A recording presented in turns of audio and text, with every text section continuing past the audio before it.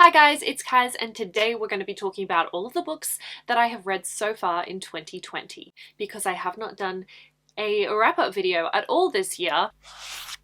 2020 has been a bit of an off year for me, especially in terms of reading. I've read a lot less than I usually do. Just to give you an idea of how things have been going, in January I read 2 books, February 2 books, nothing in March, and then from April until June I've read like 4 to 5 books each month. Camera angle, costume and hair change because I am a chaotic mess and cannot film, edit and upload things in a timely manner. So I filmed this entire video on 3 separate occasions across a few months. So just quickly hopping in here to continue by saying that in July I read 10 books. Best month of the year so far, very happy with that. In August I read 2 and September 0. Nothing. Nada. I mean, I was reading, I just didn't finish any books.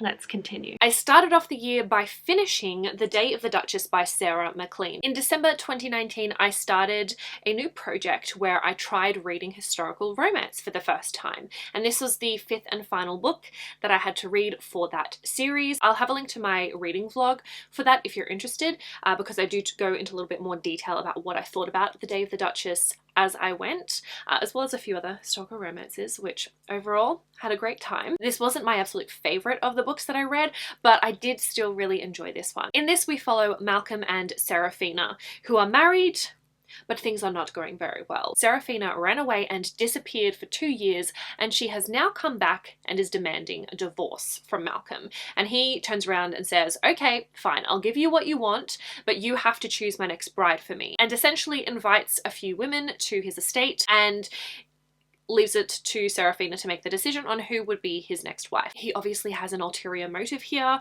and actually is trying to woo Seraphina again because he still loves her. It's like a second chance romance. Like I said, I did quite enjoy this one, but my favorite character was one of Seraphina's sisters, Sophie. The romance itself was fine, but I wasn't like head over heels for the pairing. But I went and picked up Sophie's story because she is the youngest of all the sisters and she's just so sassy and speaks her mind and doesn't take anybody's shit, which I love in a character, so I went and picked up this book. So even if I didn't love every aspect of this, I think it's definitely a win, the fact that it did go and make me pick up another book in the series. The 5th Season by N.K. Jemisin. So this is the first book in the Broken Earth trilogy, and my gosh, if you have not picked these books up yet, please do. This is set in a fantastical world where the world is ending, essentially. There is this massive rift that has broken across the continent. It's spewing out ash and gas, killing lots of people, and it's basically the onset of a season which is supposed to last for thousands and thousands of years. Mass death and destruction across the whole continent. We have a woman named Essen who, right around the time that this is all happening, comes home to find that her son has been murdered and her young daughter is missing. So she's trying to survive and trying to find her young daughter. This is a brilliant book, and if you have not picked it up yet, I would absolutely urge you to. The first 100 pages or so were a bit of a struggle to get through, not overly so, but just the way in which the world building is done and information is fed to us.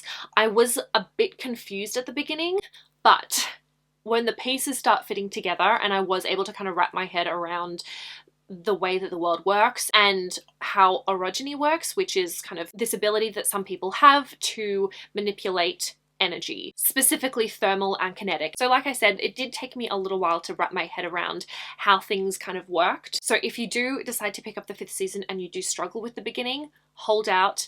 It is an absolutely fantastic book and it's so worth it. The main standouts for this book really were the world building and how complex everything was and how logical, like it all just made sense once things pieced together, but also the characters too. There's an array of really fascinating characters. I really grew to love so many of them, even if I didn't necessarily always love the things that they did or the ways they treated other people. Also, if you're looking for any black fantasy novels, or more specifically black novels with queer rep, here you go. Please Take it, read it, enjoy it. I also finally picked up Memento by Amy Kaufman and Jay Kristoff. So this is a little novella set in the Illuminae universe, and this was part of a pre-order offer for Aurora Rising. I don't know why I waited so long to pick this up, could not tell you, especially since this is a bit of backstory for Aiden, my favorite character in the Illuminae files. Aiden is an artificial intelligence that has gone off the rails a little bit. Absolutely one of the most interesting characters in the series, so it was really cool to get a bit of Aiden's backstory here. I think it's set during the few months leading up to the events of Illuminae, so you can kind of see what happened with Aiden and the reason why Aiden's systems aren't functioning properly. This was just a delight to read. I could read a full novel about Aiden. I mean, there's a series with Aiden as a pretty prominent character, but I really liked delving into Aiden's story and was a lovely, delightful, quick read. Have I been saying the star ratings for these so far? I don't think I have. Dave the Duchess, 3 stars. The 5th season, I originally gave it 4.5 stars because of how confused I was at the start, but that doesn't feel right. You know what I mean? It's a 4.5 or a 5 stars. Memento, I think I've given a 4 stars. A Heart So Fierce and Broken by Bridget Camera. So this is the sequel to A Curse So Dark and Lonely, which is a reimagining of Beauty and the Beast. In the first book, we have Harper, who is a main character with cerebral palsy. She's living in Washington, D.C. And one day she's walking down the street and witnesses a woman being assaulted. She decides to go over and help, and as a result is whisked off to this fantasy world where the Prince of Emberfall has been reliving the autumn of his 18th year over and over and over again. That's kind of the main premise for book 1. Not going to touch on what this one is about, but we do follow 2 different main characters. So it's a continuation of the story, but 2 different people. How do I word this without giving anything further away? I'm just going to try and be as vague as possible, so I apologize. But I think overall, I didn't enjoy this quite as much as book 1. For the majority of the book, I was reading it and it was kind of like a 3-star rating. Still good, enjoyable, but it didn't have that punch, that oomph that I had felt while reading the first one. But the ending of this, whew, okay, it was interesting. I wasn't as connected to what was happening in the story, but I think I preferred the perspectives we got in this a little bit more than book 1. I feel like I'm still trying to reconcile my feelings for this book and how it compares to book 1, but as a whole I think this is a really solid YA fantasy series. I'm really enjoying it and I'm so curious to see how things end in the next book. I gotta know. As a result of that, I'm sitting at around a 3.5 stars, maybe 4, 3.5. Next, I read Elantris by Brandon Sanderson. So Elantris is a city, the capital of Arelon, that once upon a time was a very glorious, illustrious city that was home to people who had been transformed into magic-wielding demigods. Then one day, the magic failed. The Elantrians lost their magic, and them, alongside the city as a whole, started to rot. There is a new capital city, and the Prince of Arelon, Raoden, he is set to wed Serene, who is from a different country. But when Serene arrives at the city, she finds out that Raoden has unfortunately died. So it's the aftermath of that. There's a lot of secrets, a lot of mystery, and this was such a delightful book. I am so glad that I finally picked this up and have been dipping more into Brandon Sanderson's novels because I just have a jolly good time with them. We followed the perspective of a few different characters in here. Some of them I liked, some of them not so much, but even still they were super fascinating to follow. Like getting inside their heads and understanding their motives was such an interesting experience, and I think they were developed really well. I definitely came to connect with a lot of the characters, and even some of the side characters I really enjoyed learning a little bit more about them. Some of them I would love to read a story completely from their perspective. I did want a little bit more development or explanation in some areas here and there, such as kind of the magic system and how it worked, but I did really enjoy this book. I ended up giving it 4.5 stars. I listened to the audiobook for King of Crows by Libba Bray. This is the 4th and final book in the Diviners series. The Diviners is a series that I would definitely recommend, and if you have the means to listen to the audiobooks, they work so well in the format. The narrator, January Lavoie, is absolutely incredible. She does an absolutely fantastic job and I think is just so incredibly talented and manages to really evoke a strong sense of atmosphere and place with how she narrates the different characters, so would recommend the audiobooks. Give it a try. But back to the story. So the first book in the series is The Diviners and set in the 1920s New York City, and we follow a cast of characters called the Diviners, who basically have supernatural abilities. Throughout the series we come up against ghosts and shadow men and dreamscapes. It's such an enjoyable series. In comparison to the other books, I didn't enjoy King of Crows as much as the others in the series, and I think one of my main issues, I guess, was that the resolution seemed to happen too quickly and easily for me. So that was one of the things that I wish had been done a little bit better. So we follow a fairly big cast of characters that are super cool and diverse, and I think there's a lot of really important discussions in here as well about race and class and homophobia. There's a disabled character, queer relationships. It was a really good time, and I would really recommend this series if you haven't picked it up yet. I ended up giving King of Crows 3.5 stars. Heartstopper Volume 3 by Alice Oseman. This is a delightful and sweet graphic novel series following two characters who we actually first meet in one of Alice Oseman's novels. I think it's Solitaire. The main character in that book, Tori, has a brother, Charlie,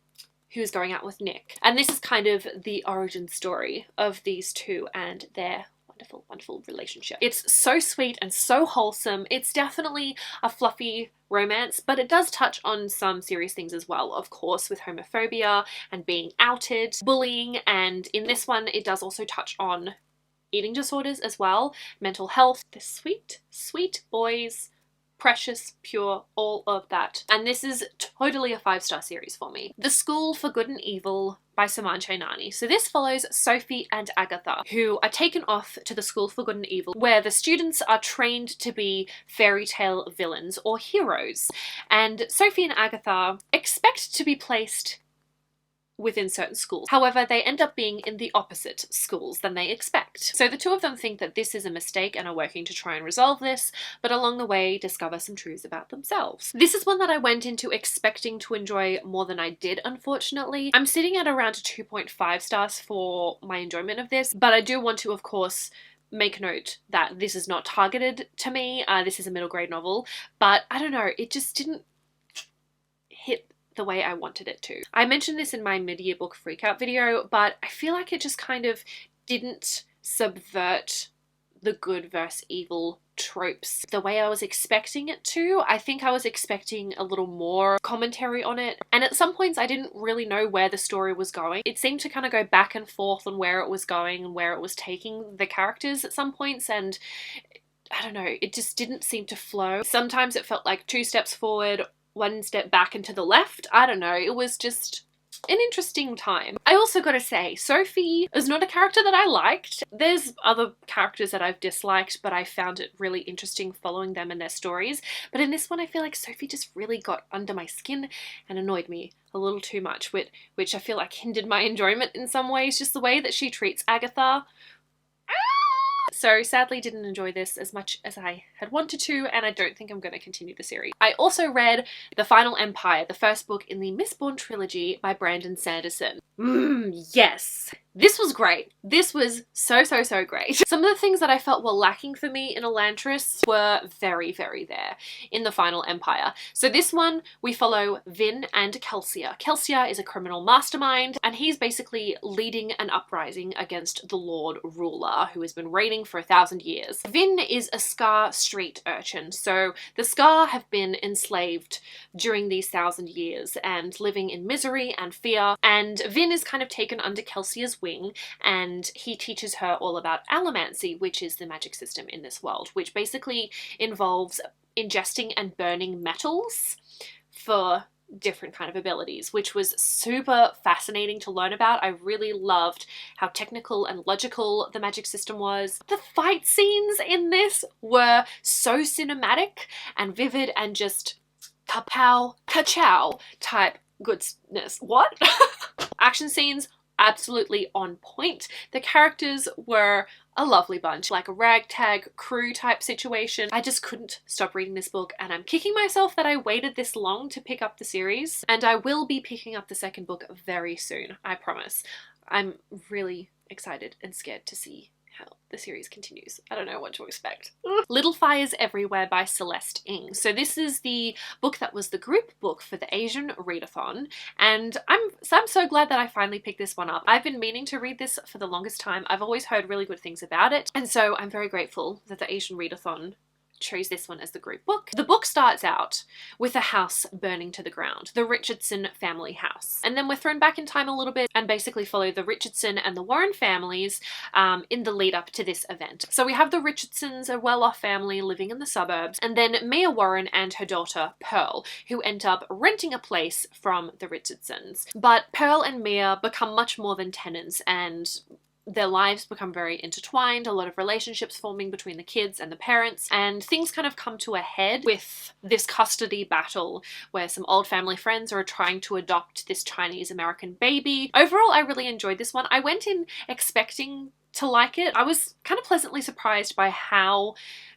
deeply I felt for the characters and connected to a lot of them. That being said, it did take me a little while to get sucked into the story and truly start empathizing with the characters, but I really enjoyed learning more about all of the characters, seeing the different relationships develop in different ways, and also having some secrets come to light from some mysterious pasts. And this one I gave 4 out of 5 stars. Next up we have Orange: The Complete Collection Volume 1 by Ichigo Takano. So this is like a contemporary manga, but there's like a sprinkling of sci-fi throughout there. Basically it's about Naho and a group of friends, and one day Naho receives a letter from her future self, and at first she doesn't really think anything of it. She thinks it's probably a prank, doesn't take it very seriously, but the letter outlines things that are going to happen on certain days, and these things end up happening. So Naho realizes that the letter might just be true, and in the letter her future self also tells her to look out for this new transfer student and to basically watch over him and try and stop something from happening in his future. So this series definitely is about love and friendship. There's a really cute little romance there, a nice group of friends, and I really loved all of their dynamics. It was really wholesome and funny, lots of banter, but this does also deal with mental health and depression and suicidal thoughts, so definitely triggers there. It is definitely an emotional story, and I did really enjoy this one. I felt such a strong connection to a lot of the characters, a deep investment. This one does have a second volume, which I do plan on picking up at some point soon, and I'm definitely curious to see what happens in volume 2, because I do have kind of conflicted feelings about how some things were treated. I don't think it's perfect in some of the ways it approaches things, so I do want to read volume 2 before I make a judgment on that, but it was a really delightful read, and I gave this one 4 stars. The Invisible Library by Genevieve Cogman. So this one was such an interesting and weird and wacky time. We have the mysterious library, which exists somewhere, and through the library one can access parallel worlds. So we have Irene, who is a librarian, but librarian in a sense that she's kind of a spy and goes undercover a lot to different worlds in order to retrieve specific books. And let me just say, it can be a dangerous time. So Irene has a new assistant, Kai, and they are sent on an assignment to retrieve a book from a world that is infested with chaos. So this basically means that there are supernatural beings, magic is unpredictable, and when they get there, they find that the book they're supposed to get has already been stolen. So they're on the hunt trying to find what happens there whilst also dealing with this chaotic world. This was a rollicking time. I wasn't sure what to expect going into this. It was weird and wacky and I kind of liked it. Like, it's definitely illogical at times, but it makes sense in the context of the world where chaos wreaks havoc on the world. Such an interesting concept, and I'm really excited to continue on with the series because I want to know where things will go from here. I kind of wish that we'd had more time in the library itself because I'm super curious about how it all works, the expanse of it. I think that's the main reason why I'm keen to continue the series, is to jump into these different worlds but also get to see a little bit more about the library and uncover some of its mysteries too. Leaning towards like a 3.5 to a 4 star. Really enjoyed it. Nice, quick, short, enjoyable read. The Surprising Power of a Good Dumpling by Y. Chim. So this is a contemporary novel set in Sydney, Australia, and we follow Anna Chu and her family. Anna is Chinese Australian and she's dealing with a whole slew of things. She's trying to help look after her 2 younger siblings, dealing with high school, helping her father out at his restaurant, and also a new boy who starts working at the restaurant. But one of the main things that this touches upon and deals with is mental health. So Anna's mother has her good days and her bad days, and sometimes these bad days stretch into months where she won't leave her bed. But when she finally does get out of bed, things go from bad to worse. So like I said, it touches upon mental health and delusions and hallucinations. There's also discussions on like depression and suicide. So the book touches upon these things, but also family and culture and the ways in which these influence each other. This is one of the few books that I've been able to read recently that sucked me in so much that I was able to stay up until the wee hours of the morning reading. So I always take that as a really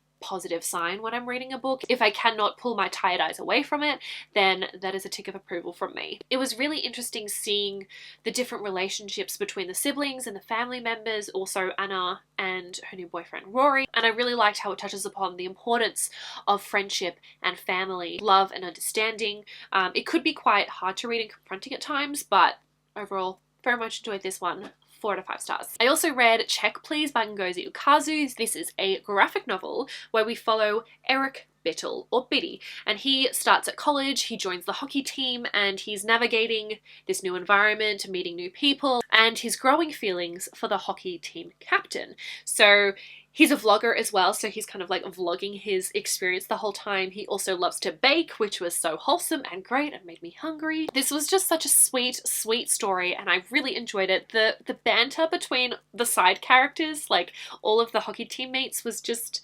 delightful. So delightful. I'm not into sports, but I was so here for the hockey environment. Like, it's a whole new world to me. Absolutely. There's so many terms that I was like, what on earth does this mean? But there's like some great bits and pieces at the back of it as well, including definitions and stuff as well. So this was just an absolutely delightful read. Would recommend. 4 out of 5 stars. Next up, I have You Should See Me in a Crown by Leah Johnson. I loved this book so much. So we follow Liz Lighty as she's in her final year of high school and she's running for prom queen. She had some not so great news about a scholarship opportunity to help her get into the college that she wants to go to. So she decides to run for prom queen because prom king and prom queen are awarded like a $10,000 scholarship. So this is very much important to Liz's future. Things get a little bit complicated, however, when a new girl, Mac, arrives and she's also going for prom queen, and Liz starts to get the feels. This was a very emotional book in a range of different ways. Like, I had happy tears and I had sad tears. I think this is set in a small town.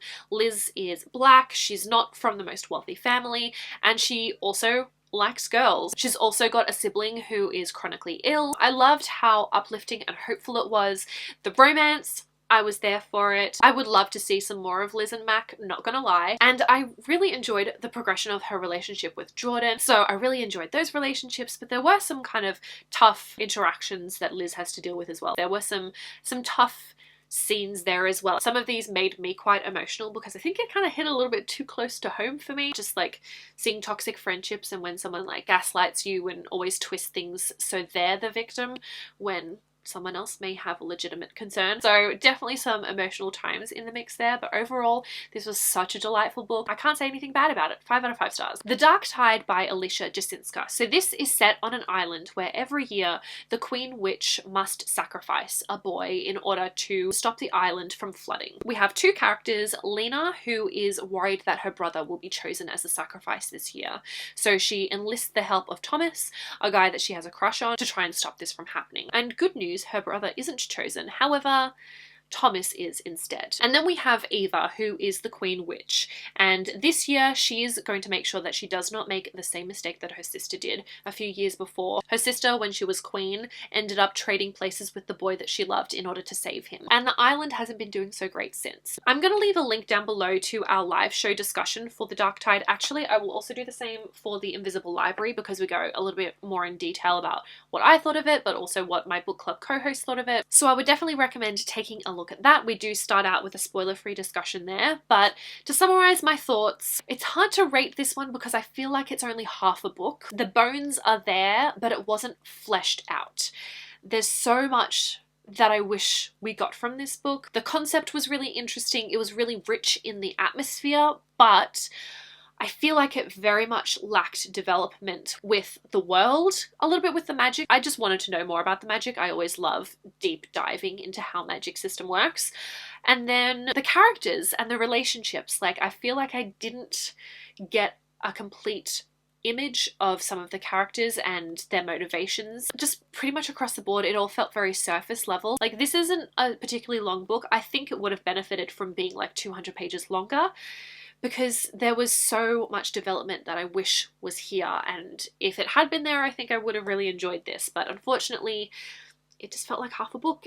I didn't think it was all there. And this one I rated 2 stars. In the Vanisher's Palace by Aliette de Bodard. So this is a novella. It is a queer Beauty and the Beast retelling with of like a full cast of Vietnamese characters as well. I think the author's roots are French and Vietnamese. So we have the main character Yin, who becomes indentured to this dragon in order to pay off her village's debts. And she expects this dragon, Wukon, to like torture and kill her. But it turns out that Wukon needs a tutor for her children.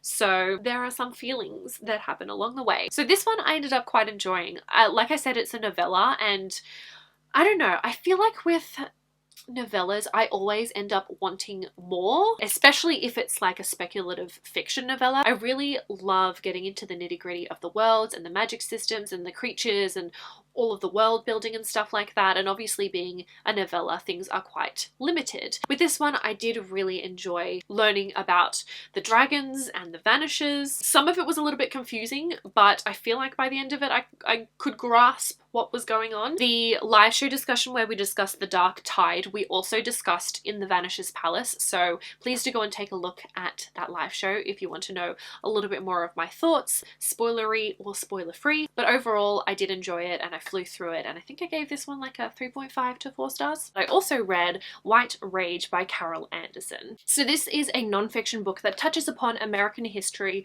and more specifically the ways in which Black Americans have been systemically oppressed. So it starts from the Civil War up into more present day. This one was definitely an insightful read and eye-opening in terms of just enforcing how much I don't know about American politics and American history. Obviously I'm Australian, so throughout my schooling, most of the focus has been primarily on Australian history. And the things that I do know about America have either been kind of secondhand knowledge or things that I've picked up through various forms of media, or it's been things I have learnt, but the ways in which it relates to Australia. Add to that, what I do know has primarily been taught and learnt through a white gaze, but that's not to say that I shouldn't know more than I do. One of my takeaways from reading this is that I still have a long way to go, and I need to do the research myself. White Rage was definitely an educational read for myself. There was so much that I learned that I didn't already know, and a lot of it was not necessarily shocking, but just very horrifying and disturbing. And specifically when it talked about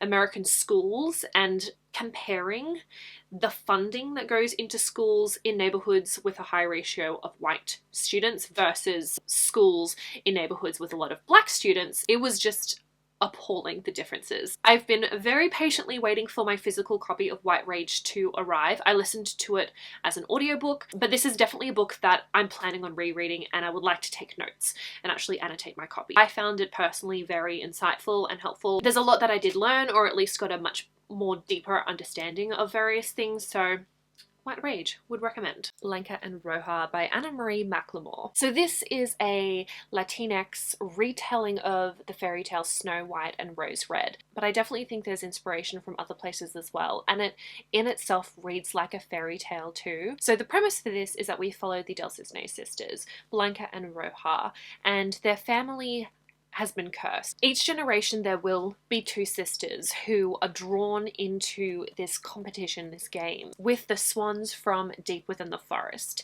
And ultimately, one girl will remain in the body of a human and the other will be transformed into a swan and live out the rest of her days as a swan. So we have Blanca and Roja, they're part of this curse, and it's about them trying to come to terms with it, but also trying to fight against it. And it's also about how their lives become entangled with these two boys from town, one of whom is genderqueer as well, which was really awesome to see. And like, they do kind of touch upon discussions of pronouns, which I really enjoyed. But ultimately, this was just such a beautifully written story. It was really rich and descriptive and very, very atmospheric, and it provided a really nice backdrop to the different characters that we meet and seeing the different relationships explored. I very much enjoyed seeing the sister bond between Blanket and Roja, but also I really loved the bond between Yearling and Paige as well. Everyone just cares for each other so deeply, and I really enjoyed exploring all of the different relationships and the different dynamics between them all. I will say I listened to this on audiobook and I very much enjoyed it, and I wasn't expecting there to be 4 perspectives in here. I thought it would probably be Blanket and Roja, but we do also get the perspectives of Yearling and Paige, which I very much enjoyed. And as an audiobook, it was an ensemble cast, so that definitely made it easy to kind of differentiate between all of them. And across the board, I think 3 out of the 4 narrators I really enjoyed. One of them didn't bring as much emotion as the rest, but yeah, really great reading experience. I would highly recommend this. I gave it 4 stars. I also read Lumberjanes Volume 3, which is a really entertaining graphic novel series. I'm not going to touch upon like the synopsis of this one in particular, but the general idea for Lumberjanes is we follow these group of girls who are on a camp, kind of like a Girl Guide camp, but Lumberjanes. We see them go on weird and strange adventures. It's very speculative. They come across magic and weird creatures and different worlds. It's very strange, the things that these girls experience, but it's ultimately a lot of fun and really focuses on friendship and sisterhood and a lot of great queer romances, which I always really like. And amidst all of that, there's also like the different badges that they're trying to gain or trying to earn, which can sometimes lead them on these strange adventures. This one I really enjoyed. It went in some directions. Strange things happen. I wasn't expecting it to get quite as wild and wacky as it did in this one, but it was certainly interesting. Overall, I did really enjoy this, though I don't think it's my favorite that I've read of the series so far, but I think that it wasn't as strong of a plot as previous volumes have been, and went on some tangents that just kind of didn't really go anywhere. Like, they were fun to follow, but not always having a point, I guess, which I don't think is necessarily necessary, but I would have liked a little more of a stronger direction with this one. So solid 3.5 stars. Next up we have Fence Volume 1, and of course this is all about the world of fencing. We follow a guy named Nicholas who is the illegitimate son of a fencing champion, and he gets accepted into this school, but I think he still needs to get onto the fencing team, and I think if he does, then he gets a scholarship or something along those lines, if I remember correctly. And he ends up rooming with Seiji, who is this guy on the front here, who has a little bit of a rivalry with. And I'm assuming that this might flourish into some sort of relationship later on down the track, but in Volume 1 it is still very much early days and setting things up. We're only kind of part way through the tryouts for the fencing team in Volume 1. There's still a while to go. I mean, I enjoyed it and I was engaged with this one despite not really being into sports and not having a whole lot of interest in reading about them, but I was intrigued by the world of fencing as depicted in this, but I'm not sure if I will continue reading the series. I don't know, it feels like I didn't get enough of a taste in this one, I guess. It hasn't progressed a whole lot. We're still kind of being introduced to the characters, and there are a lot of characters that we're meeting, but we haven't really had much time with them to get to know them yet. So I feel like I've had like a teaser of what's to come, but not enough to grip me. I don't know. I'm undecided. If any of you have read Fence and would like to let me know what you thought of it, if you've like read more than the first volume, then please do let me know, because I'd definitely be curious if it's worth me continuing or not. I just was hoping to get a little more engrossed in it or be given a little more. Would love to know your thoughts, but I'm sitting at about a 3-star. I also finally read Scythe by Neil Shusterman, and I really enjoyed it. I'm annoyed that I waited this long, to be quite honest. But on the plus side, the whole series is now complete and I own all of the books. So the only thing stopping me from continuing is my own motivation. So Scythe is set in a utopian world where humans have pretty much conquered death and disease. They're living in peaceful times. But the only issue with this is people aren't dying naturally anymore. So in order to maintain population control, we have the Order of the Scythes. And Scythes are basically in control of who dies. We follow two characters, Citra and Rowan, as they become apprentices to a scythe. So yeah, it's about them learning the art of taking a life and kind of being forced into a position where they're in a bit of a competition with each other. I very much enjoyed reading this one. I initially started out by listening just to the audiobook for this one, but then when Becca's Bookopoly came around, I decided to mix it up and do a bit of both, sometimes listening while physically reading, and then sometimes just physically reading, sometimes just listening to the audiobook. And all around, it was a great experience. I liked the direction that it took and the increasing stakes that these characters were kind of given. Seeing the competitiveness was really interesting, and how the relationship between Citra and Rowan developed and then devolved in different ways given all of the different hurdles that were thrown their way. But not only kind of seeing how it affected their relationship, but the ways in which both Citra and Rowan individually overcame different things was super fascinating, and at times made me a little bit anxious too. Like, if you've read the book, I guess you know what I mean, especially in terms of Rowan, the things that he was put through in like the second half of the book. It was an interesting time. I didn't know what I was expecting from Scythe, but I got a whole lot of enjoyment out of reading this one. I've given this one like a 4 stars, and I'm really excited to continue the series. I'm just going to talk about these all in one go, since it is one kind of story arc, and that is Avatar: The Last Airbender, The Rift, parts 1 to 3. This is a graphic novel series set after the events of Avatar: The Last Airbender, the TV show. So I'm not going to touch upon what this is about because I don't want to dive into any kind of spoilers, especially if you haven't seen the show, but I've been really enjoying reading these comics. It's been such a fun time kind of seeing the aftermath of the show and of the comics that I've read so far. I'm going to rank them for you. So in number 1 place we have The Search, number 2 is The Rift, and then number 3, The Promise. Specifically with this one, I really liked getting to see more of the spirits, but also touching upon kind of some of the air nomad history and traditions was really cool.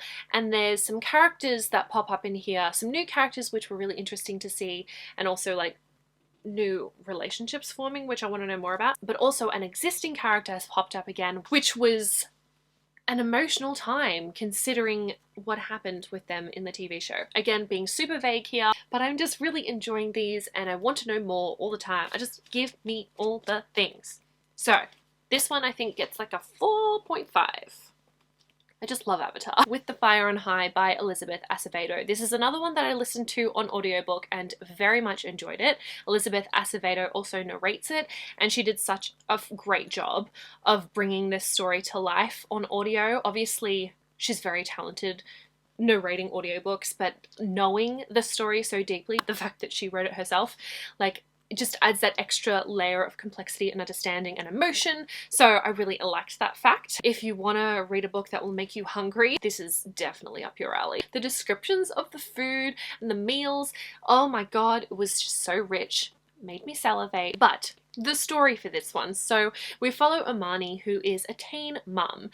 So she's raising her young daughter while she's still in high school and dealing with the stresses of that, spending a lot of her time with one of her greatest passions, which is cooking. And whilst she's always dreamed of becoming a chef and working in a kitchen after she graduates high school, she kind of has to rein in her dreams and tries to think realistically about what's going to be best for her family. How is she going to be able to best provide for her daughter and her abuela as well? But there is an opportunity that arises with taking a cooking class at her high school, and she's debating whether or not to do it. So it's about all of the things she's trying to juggle in her life and exploring her passions and all of the relationships. She has such a great relationship with her best friend. The banter between the two is wonderful.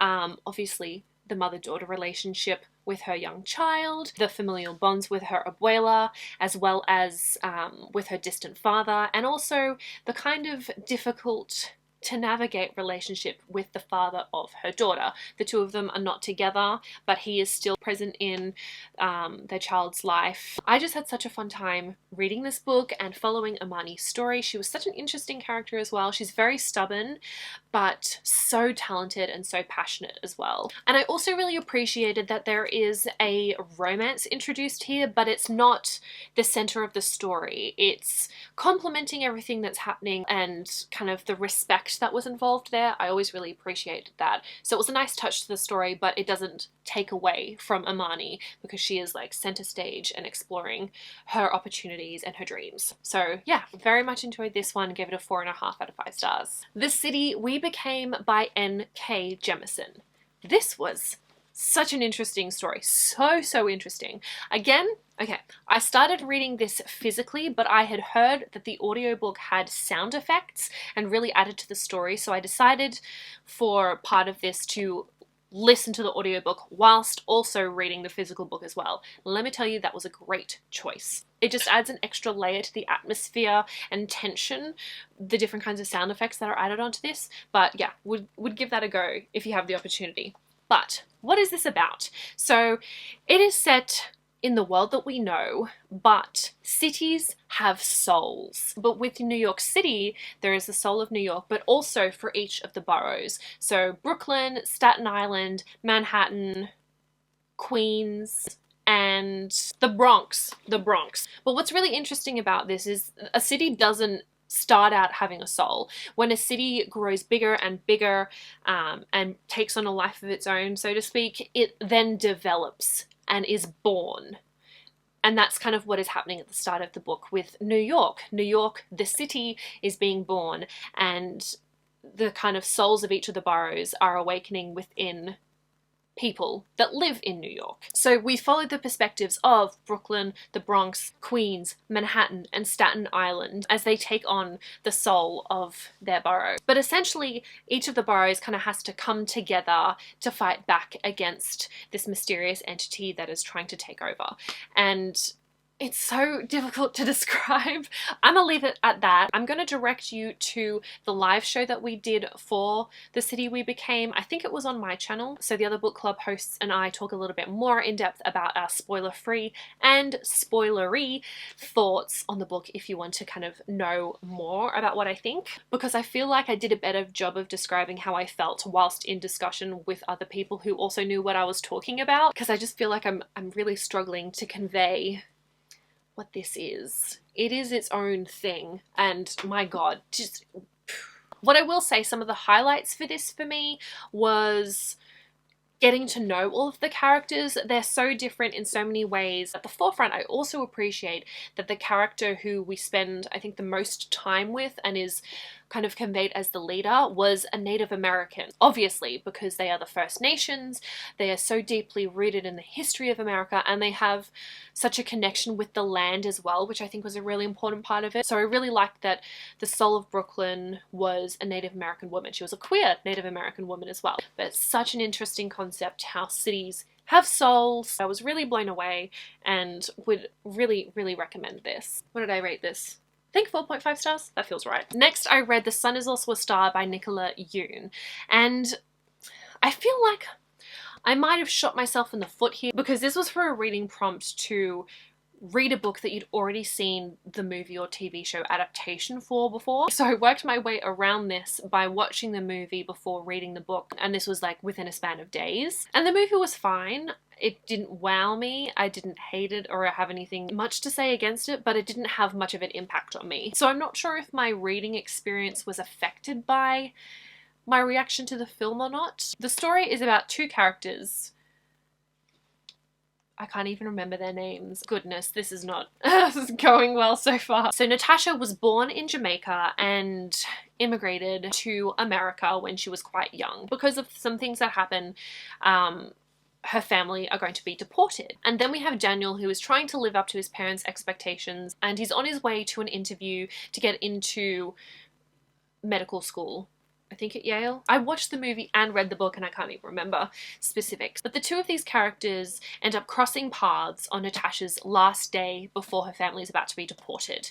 And it's about the two of them kind of falling in love and spending this last day with each other. But it's a lot more than that. In the book, I did appreciate how much more complex it was. Obviously, being a book, that tends to be the case, but in particular, it was really interesting kind of getting snippets and mini history sessions with random characters that Natasha and Daniel meet or collide with on this last day. We get to know a bit of information about the guy that's interviewing Daniel, and also the security guard at like the metal detector station within that building, and just like different people along the way. I did really enjoy getting to know Natasha and Daniel, and despite this being kind of set in such a short period of time, I could understand why they were drawn to each other, and in the book there was definitely a lot more chemistry. In the movie, I didn't believe the chemistry between the two characters, so when they started falling for each other, I was like, but why? I don't get it so soon.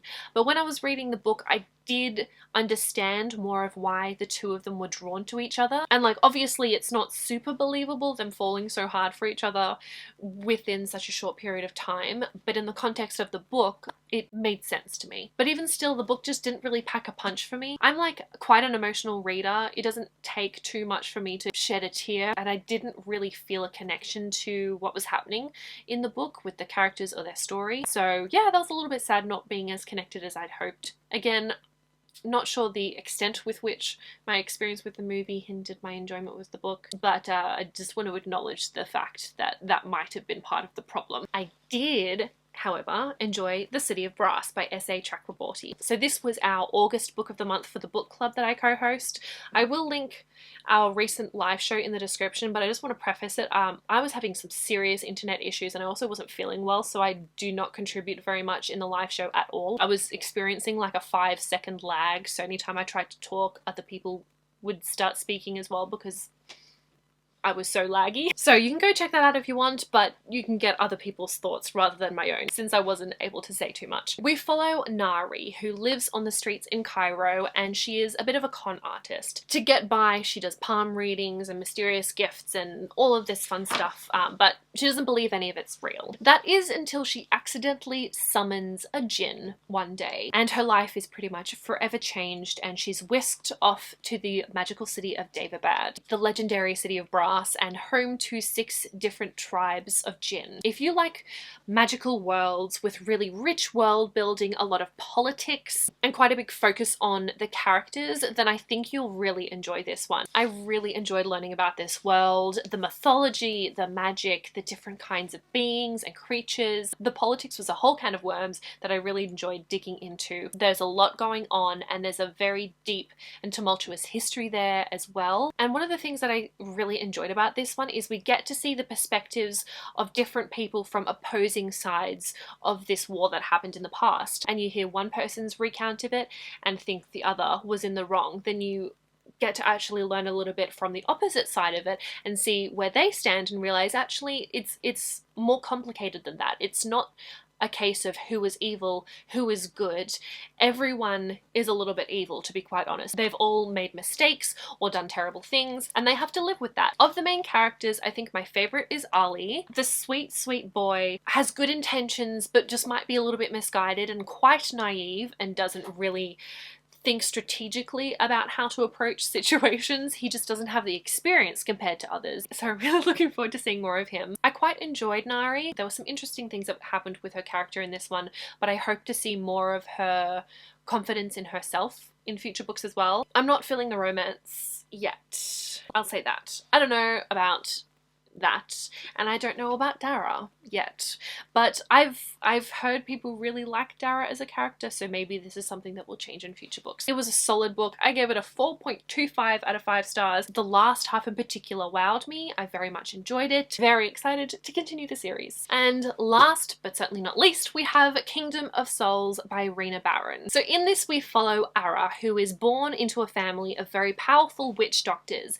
However, she doesn't seem to have any magic at all, much to the disappointment of her mother. There is a way to gain magic, but it comes at a great cost, and that is to exchange years of one's life in order to gain some power. But the thing with this is that it's a huge gamble. You don't know how much time you are sacrificing when you are doing this exchange. So this is definitely an absolute last resort. But when children within the kingdom start to go missing, Ara is determined to find who is responsible and maybe has to consider making this exchange. This book was a lot darker than I expected it to be. I don't know what I expected going into it. Like, it talks about how there's a demon king who's been imprisoned for a long time, stirring and threatening things, but whew. Again, this is another book that is super rich in the world building and the mythology. It's a West African inspired fantasy, and I really enjoyed learning about the gods, the Orisha, the different types of magic as well, and the tribes. Getting to know the world was one of the things I loved about this book. We also have a really interesting cast of characters as well. Ara, as the main character, she's stubborn and she's passionate, and I think puts a lot of value in her relationships as well, which I really appreciated. I love the relationship she had with her father and also her grandmother too. I really liked the exchanges between the two. Her mother, on the other hand, is a very different story. It was super interesting getting to know more about Ara's mother, who is very cold and distant. I will say that I think that some of the side characters felt a little bit flat though. I feel like there was probably a few too many people involved. Like, there were some side characters that I kind of wish we saw more development of, like especially some of Ara's close friends. There's also her best friend, Rujek, and then his friends. I feel like those side characters, with the exception of maybe one or two, weren't very distinct to me. We didn't spend a whole lot of time with them. I will admit that I have been struggling. I think I slumped super hard when I was trying to finish reading Kingdom of Souls, so I feel like the ending didn't pack as big of a punch as it probably would have if I was in a better reading space, which is a bit sad. And in terms of pacing, it did slow down quite a bit a few times. I don't think necessarily that was always to its detriment. Sometimes I wish it did pick up a little bit faster and keep up the momentum, but more towards the start of the book, I did take that time to really appreciate the world building. So overall, I did really enjoy this one. I gave it a 4 out of 5 stars and really curious to see where things go in the next books. That concludes this wrap-up video. Those are all of the books that I've read so far in 2020. For my booktuber shout out for the day, I would love to direct you all over to Njeri from Onyx Pages. Njeri reads and reviews a lot of black sci-fi and fantasy, so if you're looking for some recommendations there, she should be your go-to booktuber. I absolutely love her videos, and she's also co-hosting an Octavia E. Butler slow read-along, so I'll leave a link to that video as well in the description if you want to go and take a look at that. But that is all that I have for this video. Thank you guys so much for watching. I'll see you very soon in a new one, but until then, I'll talk to you in the comments. Bye!